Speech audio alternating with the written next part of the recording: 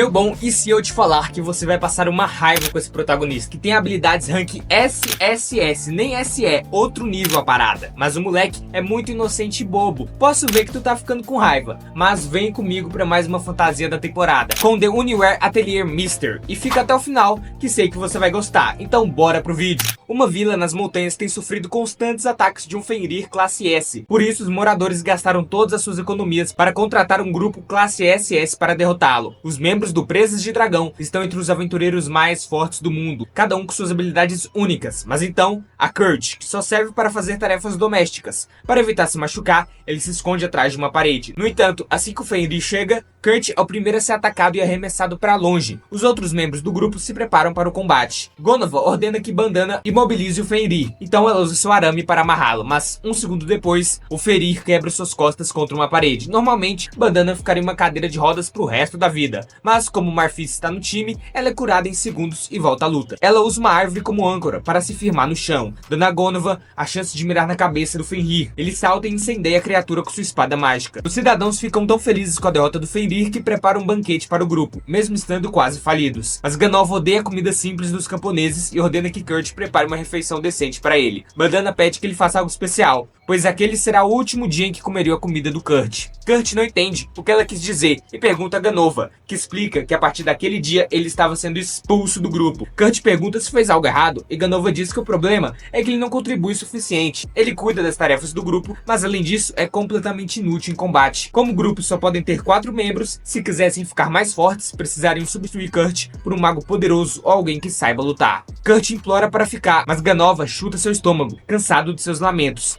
Eles não precisam mais dele, e ponto final. No dia seguinte, Kurt deixa a vila sozinho, sem destino e com uma carteira mais vazia que o abismo. Ele acaba chegando na cidade de Samaela com apenas alguns trocados, precisando urgentemente de um emprego. Ele encontra uma agência de trabalhos temporários e decide tentar. Ao entrar, é recebido pela recepcionista Kel, que pergunta se ele está ali para contratar alguém ou procurar trabalho. Kurt diz que está procurando emprego, e ela informa que precisará fazer uma entrevista e um teste de aptidão. Ela pergunta detalhes básicos, como nome, idade, CPF, cidade natal, entre outros. Kurt diz que se chama Kurt Hawkins, tem 15 anos e é da Vila Rast nas Montanhas Shin.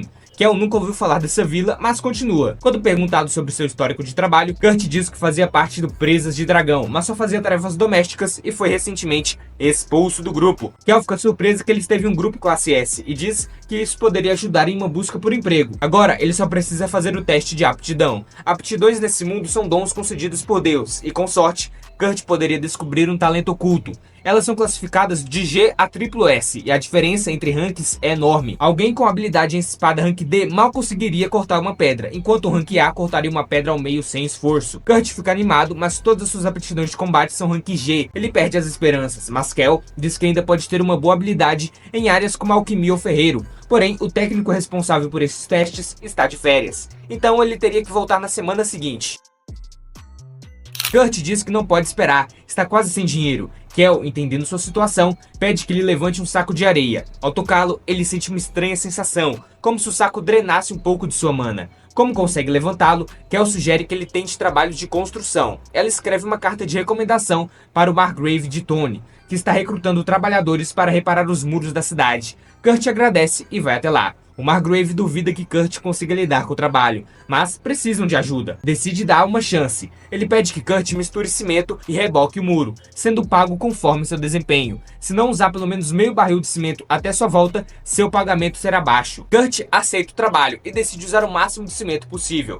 Quando Margrave retorna, fica chocado ao ver que Kurt já terminou uma seção inteira do muro. Kurt se desculpa por não ter feito mais. O cimento acabou. O Margrave não acredita que ele consertou mais de 1/3 do muro sozinho e pergunta como ele alcançou o topo. Kurt explica que jogou o cimento e alisou com um pedaço de pau. O Margrave quase o chama de mentiroso, mas o trabalho está feito. Kurt diz que só precisa do emprego por uma semana. O Margrave, impressionado, pega parte do valor e promete enviar o resto pela agência. Kurt fica surpreso. Ganham mais em um dia do que com um grupo de heróis. Nos dias seguintes, Kurt trabalha duro, mas de repente o Margrave o demite. Ele explica que os reparos no muro eram para empregar pessoas pobres, mas Kurt é eficiente demais. Se continuasse, não sobraria trabalho para os outros. Ele não está bravo, mas reconhece que a habilidade de Kurt é no mínimo rank SS, se não SSS. Então ele estaria melhor trabalhando na capital real ou algo assim. Ele dá a Kurt um pagamento único como compensação por ser demitido tão repentinamente e vai embora. Mas Kurt entendeu completamente errado a situação e acha que o Margrave só queria se livrar dele por ser um péssimo trabalhador. Ele volta para a agência de empregos temporários e encontra Kel para contar que foi demitido. Ainda vai levar alguns dias até que Kurt possa ter suas aptidões profissionais avaliadas. Nesse momento, eles ouvem um alvoroço na recepção. Parece que uma garota está tentando anunciar uma vaga, mas a recepcionista diz que ninguém aceitaria trabalhar sob condições tão ruins que ela está oferecendo. Mesmo assim, a garota insiste, começando a causar confusão. Kel vai até lá para ver o problema. A colega dela explica que a garota quer recrutar um menor para escavar uma montanha inexplorada, mas se recusa a pagar adiantado. Só pagará se a escavação for bem sucedida. Kel concorda que ninguém em sã consciência aceitaria isso e tenta convencer a garota a buscar investidores, mas ela diz que não pode, pois, se não pagar os impostos até o fim de semana, perderá a mina. Foi então que Kurt aparece e diz que é louco o suficiente para aceitar. Afinal, em sua vila, ele ajudava na escavação de minas e tem experiência. Kel pergunta se ele tem certeza, já que com o contrato proposto, é possível que ele não receba nada. Antes que Kurt possa responder, a garota o interrompe. Ela queria contratar um anão forte, não um garoto frágil, e se sentiria mal mandando Kurt fazer o trabalho. Mas como qualquer anão cobraria pelo menos 10 pratas adiantadas, e ela não tem esse dinheiro, acaba aceitando Kurt. Quando Kurt e a garota saem, Kel se sente mal por deixá-la aceitar aquele trabalho. Ela acha que ele estaria melhor trabalhando em um bordel, afinal, ela pagaria muito pra passar a noite com um menino fofinho. Meu Deus, essa aí é louca. Enquanto ela sonha acordada, sua colega a chama. Um depósito bancário acabou de chegar, o resto do dinheiro que o Margrave prometeu pelo trabalho do Kurt no muro. Kel esperava algo como 50 pratas, mas é um choque de 200 moedas de ouro, uma fortuna. Ela fica tão chocada que tropeça nos sacos de areia no chão. Seu colega avisa pra tomar cuidado, pois aqueles sacos não são normais. Eles medem a quantidade de mana de uma pessoa e ficam mais pesados quanto mais mana alguém tem. Geralmente, eles não reagem com pessoas comuns, então Kel os levanta facilmente, mas ela lembra que Kurt teve dificuldade dias atrás e começa a se perguntar quem realmente é o garoto. Será que ele é normal?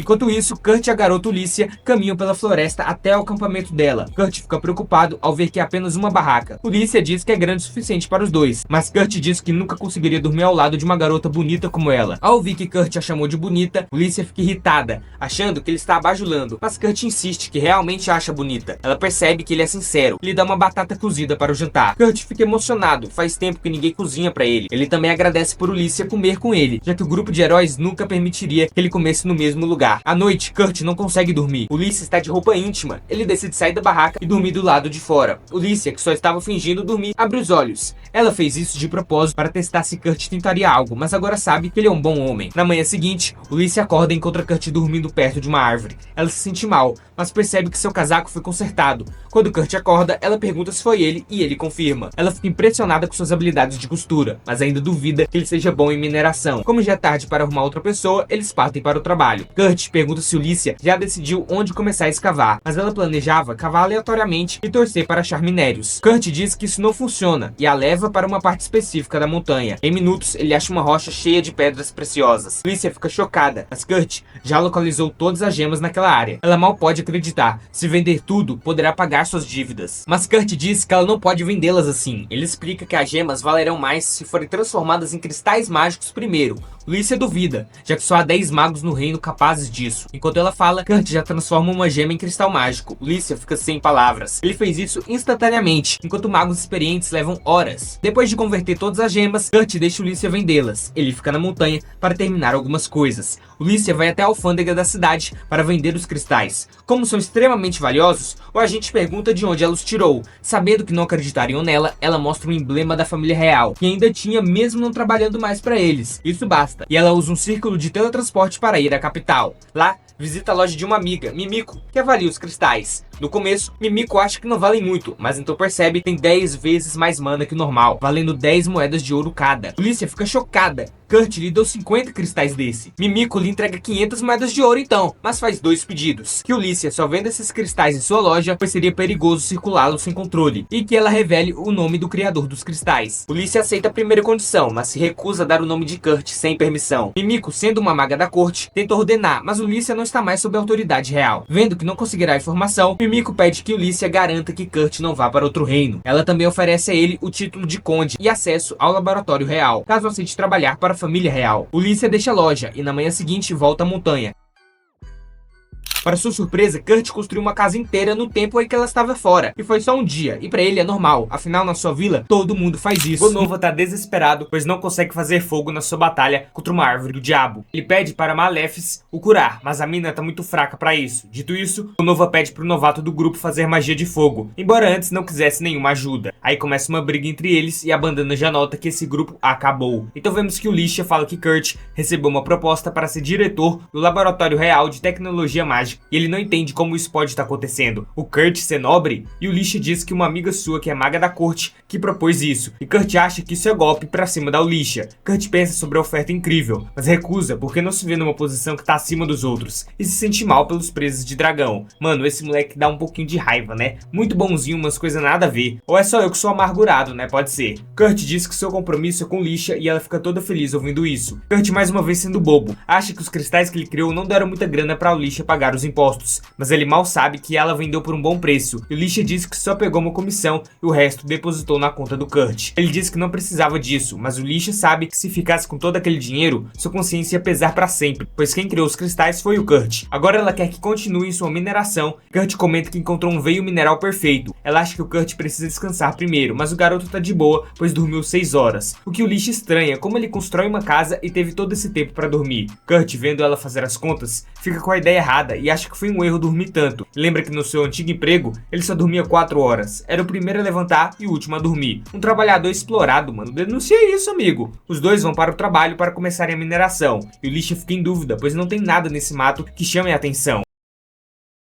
Mas Kurt fala que por conta da topografia da montanha é para ter um depósito de minério abaixo deles. E Kurt diz para o Lisha não cavar mais do que 50 metros de profundidade, o que a assusta. Kurt vai para outro canto cavar na área em que encontrou um cristal grande. O tempo passa e o Lisha encontra um minério que pode ser topázio, e muito grande. Com isso Kurt pode fazer um cristal mágico e assim ela venderia por uma bolada que pagaria sua meta. Mas ela pensa melhor e não quer usar o Kurt por seu bel prazer. Dito isso, ela vai até ele e encontra um campo de mineração que o Kurt fez em algumas horas. Algo anormal demais. Kurt mostra umas pedras que são sem valor para ele, já que com muitas dessas pedras o preço vai cair, e o nome delas é Mithril. Mas para o Lisha, esse minério vale mais que platina, e na vila do Kurt encontra-se isso fácil demais. Porém, no mundo inteiro é uma raridade. Esse menino nasceu com a bunda virada para a lua, só pode, porque tudo dá bom para ele, mas o cara não percebe e se acha muito normal. É bom para ter humildade, né? E o Lisha pergunta qual minério Kurt queria encontrar, e ele mostra a pedra que queria, que se chama Orichalco, a pedra lendária dos deuses. Mas Kurt diz para o Lisha que dá para achar em qualquer lugar, simplesmente escavando 7 km de solo. E o Lisha nem se surpreende mais que ele fez isso em 8 horas somente. Depois da mineração terminada em 2 dias por Kurt, os dois voltaram para Samaela, e o túnel criado serve para conectar Samaela à cidade do Lorde Daikoni. E o Lisha permitiu que guildas comerciantes usem essa rota do túnel, em troca de pagarem uma taxa de manutenção. Sendo assim, ela pode pagar seus impostos. Kurt volta para a agência de empregos e se encontra com Bandana, que revela não fazer mais parte do Presas de Dragão. Mais cedo, o líder Gonova comeu num restaurante popular, mas odiou a comida de pobre e deixou o lugar sem pagar. Bandana disse que foi difícil conseguir a reserva, e Gonova quer que ela traga o Kurt de volta para cozinhar para ele. Ela foi atrás do garoto, mas o cara tá ferrado, pois vai ser preso por conta da bagunça. E a healer deles já tinha saído porque foi convocada pela igreja. Bandana diz para Kurt que uma conhecida dela tem um ateliê e precisa de ajuda, oferecendo esse trabalho para o Kurt. Bandana revela que existem somente 15 ateliês Meisters com permissão oficial no país todo, e uma delas está precisando de assistente. É a oportunidade perfeita para o Kurt. Um ateliê são lugares que produzem itens mágicos, dispositivos,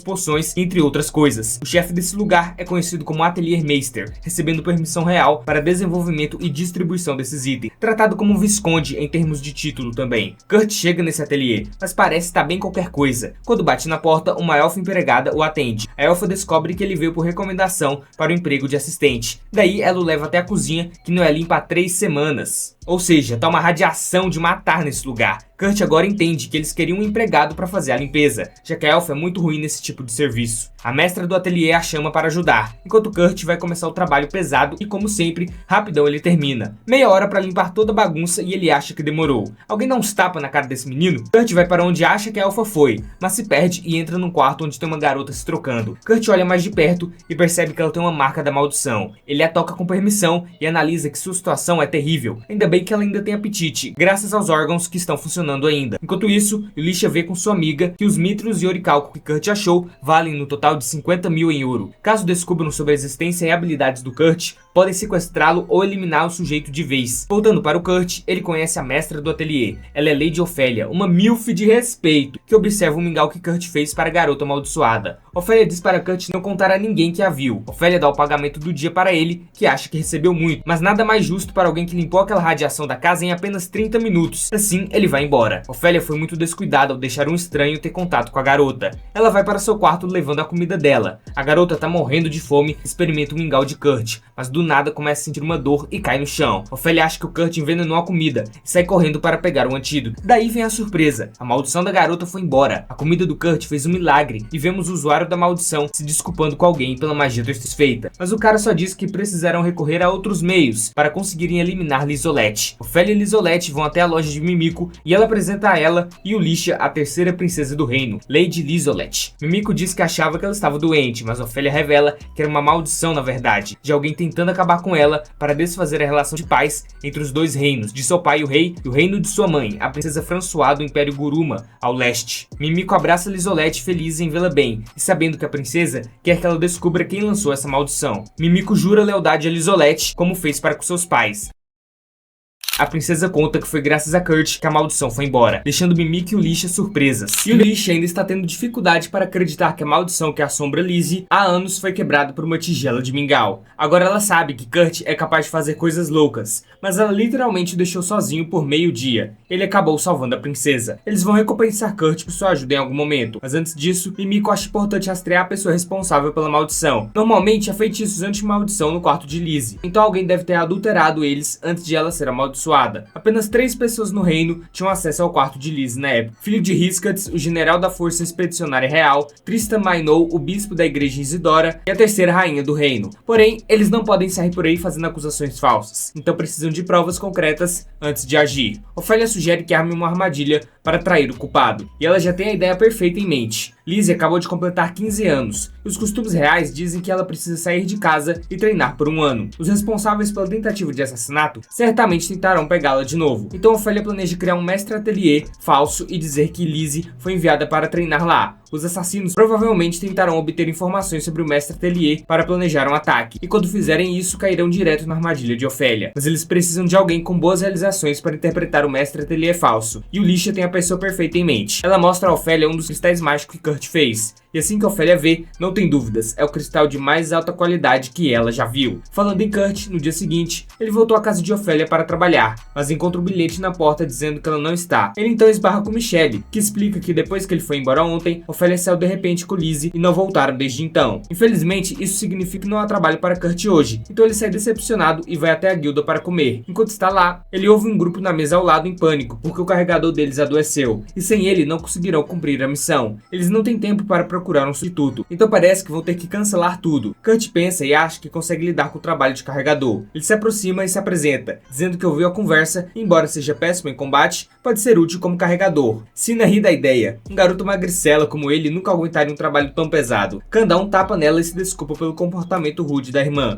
mas também acha que Kurt não daria conta. O trabalho é pesado, especialmente porque o grupo está atrás de golems de ferro que pesam mais de 200 quilos. Kurt, porém, diz que carrega 200 quilos com facilidade. Para provar, ele pega Danzo e Khan no colo de uma vez, fazendo parecer fácil, mesmo com Khan vestindo mais de 150 kg de armadura. Kurt provou sua capacidade, então o grupo concorda em contratá-lo. No caminho, eles se apresentam. Khan é um guerreiro pesado, mas prefere lutar com os punhos. A espada é só enfeite. Danzo é um samurai. E Sina é uma patrulheira. Eles têm mais um membro, mas ele está doente, por isso precisam do Kurt. Agradecem por tê-lo no time e Kurt agradece por darem uma chance a um ninguém incompetente como ele. Eles não entendem, já que o incompetente não aguentaria 400 quilos como aquecimento, mas acham que é só o senso de humor dele. De repente, Kurt grita. Ele foi atacado. Todos se viram para salvá-lo, mas ficam confusos ao vê-lo lutando contra um Smile. Kurt está em pânico, então Sina diz para ele acertar o núcleo do slime. Ele tenta, mas sua faca não penetra e ele acaba se esfaqueando na perna. Sina derrota o slime por ele. Fica chocada com quão péssimo em combate o Kurt é. Ele avisou que sua habilidade era quase zero, ou melhor, zero na verdade, né? Mas ela não imaginava que fosse tão péssimo assim. Kurt se desculpa por ser inútil, mas eles dizem que ele não precisa se preocupar. O trabalho dele é carregar coisas, não lutar. Kurt mal acredita acredita. Ele falhou miseravelmente, mas ninguém tá bravo. Isso é tão diferente como era no Presas de Dragão. Ele fica feliz por ter encontrado companheiros tão gentis. Eles chegam a uma caverna escura, então Cina espalha musgo brilhante para iluminar. Kurt vê cocô em uma pedra e pergunta se deve preocupar. Cina diz que é de Goblin e pelo frescor deve ter um ninho por perto. Kurt entra em pânico. Se não consegue matar o slime, nunca venceria um Goblin. Mas Khan diz para ele relaxar. O grupo dá conta de alguns Goblins, porém, se for uma horda, eles estariam ferrados. Enquanto avançam, Kurt nota algo estranho em uma parede. De repente, Cina avista um Goblin e tenta matá-lo rápido, mas ele já chamou reforços. Agora uma horda enorme está vindo de todos os lados. Os relatos não mencionavam tantos Goblins. E eles não têm para onde correr. Cina vira para Danzo, perguntando se ele tem um plano. Com essas chances, a única opção é se preparar para uma morte brutal. Foi então que o Kurt fala: eu encontrei uma passagem secreta nessa parede, mas mesmo com a passagem, eles não vão conseguir escapar dos Goblins. Então precisam de uma distração. Danzo e Khan trocam um olhar com Cina, e ela entende o que eles estão pedindo. Ela puxa Kurt para a sala secreta e fecha a porta atrás dele. Kurt não entende por que ela fez isso, já que Danzo e Khan ainda estão do lado de fora. Mas era isso que eles queriam. Cina explica: Goblins nos rastreariam se fugíssemos todos juntos, então Danzo e Khan vão distraí-los para nos dar chance de escapar. Kurt não quer abandoná-los, mas Cina diz que não podem voltar. Ela também não quer deixar os companheiros para trás, mas Kurt tem a habilidade de combate zero. As habilidades dela são no máximo medianas. Eles só atrapalhariam. Além disso, ela tem certeza que Danzo e Khan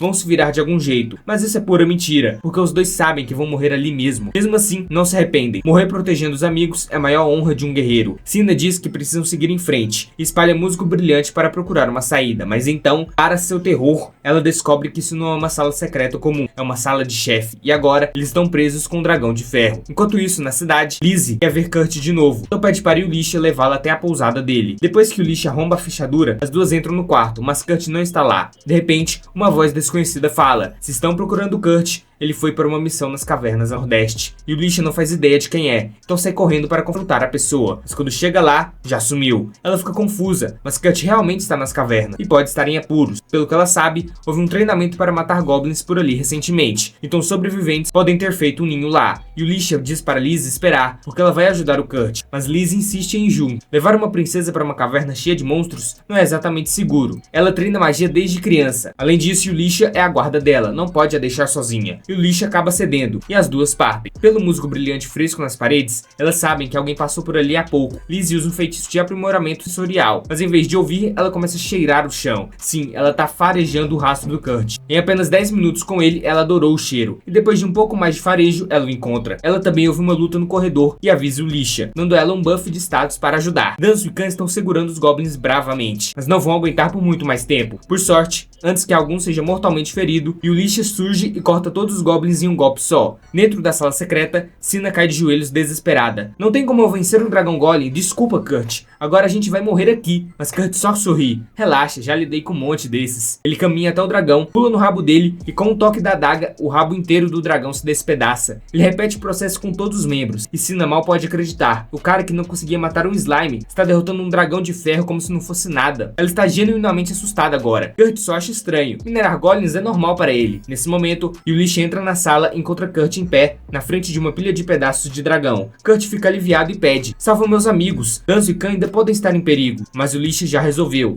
Eles estão machucados, mas vão ficar bem. Com todos a salvo, eles se reúnem na sala. Danzo e Khan agradecem ao Lisha. Sem ela, estariam mortos. Mas ela diz que o importante agora é outra coisa. Ela vira para o Kurt: estou abrindo um novo ateliê. Quer fazer parte? Kurt hesita. Ele já tá no seu grupo agora. Mas Khan o encoraja. É uma ótima oportunidade, cara. Aceita. Como todos apoiam, Kurt concorda. E o Lisha também oferece um trabalho a Khan e sua equipe: proteger o ateliê. Eles aceitam na hora. Khan animado propõe: vamos fazer uma festa quando voltarmos. E o Lisha lembra Kurt: ah, e não esquece de fazer sua avaliação de habilidades na agência. Já arrumei alguém para isso. Algumas horas depois, Kurt chega à agência e conhece Mimiko, uma maga da corte real. Ouvi muito sobre suas habilidades impressionantes. Vou avaliar suas skills não combativas. Depois do teste, Mimiko diz: todas as suas habilidades são rank B, falando para o Lisha, mas isso é mentira. Na verdade, todas as skills dele, tirando o combate, são triplo S, e seu reservatório de mana é maior do que qualquer coisa que ela já viu, até a dela. Ela está aliviada por ter sido ela a fazer o teste. Seria um desastre nacional se alguém descobrisse o quão forte Kurt realmente é. Na verdade, teriam que matar qualquer testemunha. O que é má notícia para Kyushu, porque ela ouviu tudo. Meu bom, como Kurt pode ser tão roubado? Derrotou os dragões de ferro como se fossem slimes de nível 1.